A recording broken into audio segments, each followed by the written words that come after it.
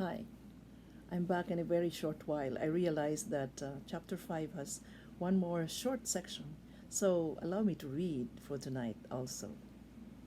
The subsection is Idle Talk.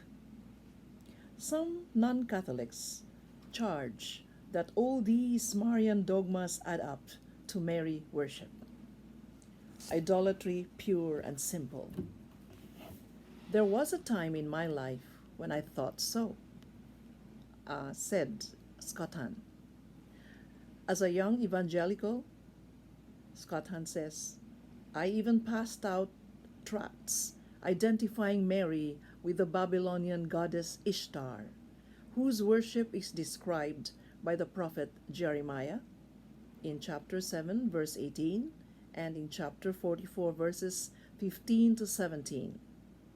Marian devotion, I believed, was nothing more than goddess worship smuggled into Christianity by long ago pagans who feigned conversion. I was wrong, of course. First of all, in my belief that Catholics worship Mary. In truth, the Church gives her honor and veneration as the greatest of saints, while reserving adoration and worship for God alone. Indeed, the early Christians who were most vigorous in their Marian devotion were equally vigorous in denouncing any local remnants of goddess worship. I was wrong, too, in condemning the title Queen of Heaven just because it was once applied to a pagan goddess.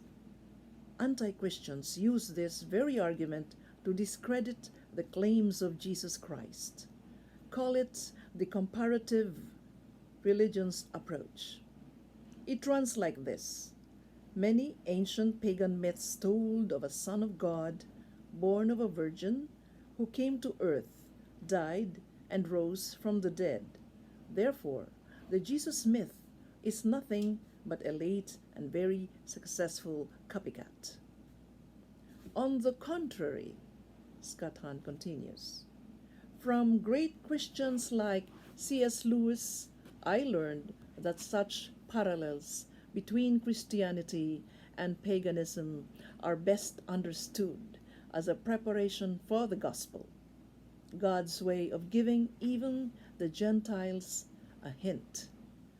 Lewis called these premonitions strange dreams of a glorious future that would one day be theirs.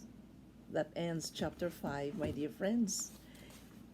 For tomorrow, we take up chapter 6, and the title of that one, chapter 6, is What About the Children?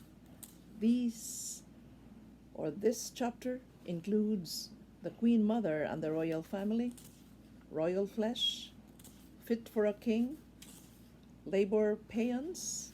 The mediatrix is the message, Abba, not Allah, taking a contract out, bond for glory, the Blessed Virgin's merit. This is a test. Wow, that is long. So after that, chapter 6, 2 more chapters, and we are there to complete Hail Holy Queen, Mother of God, in the Word of God. Thank you again. Good night. See you tomorrow.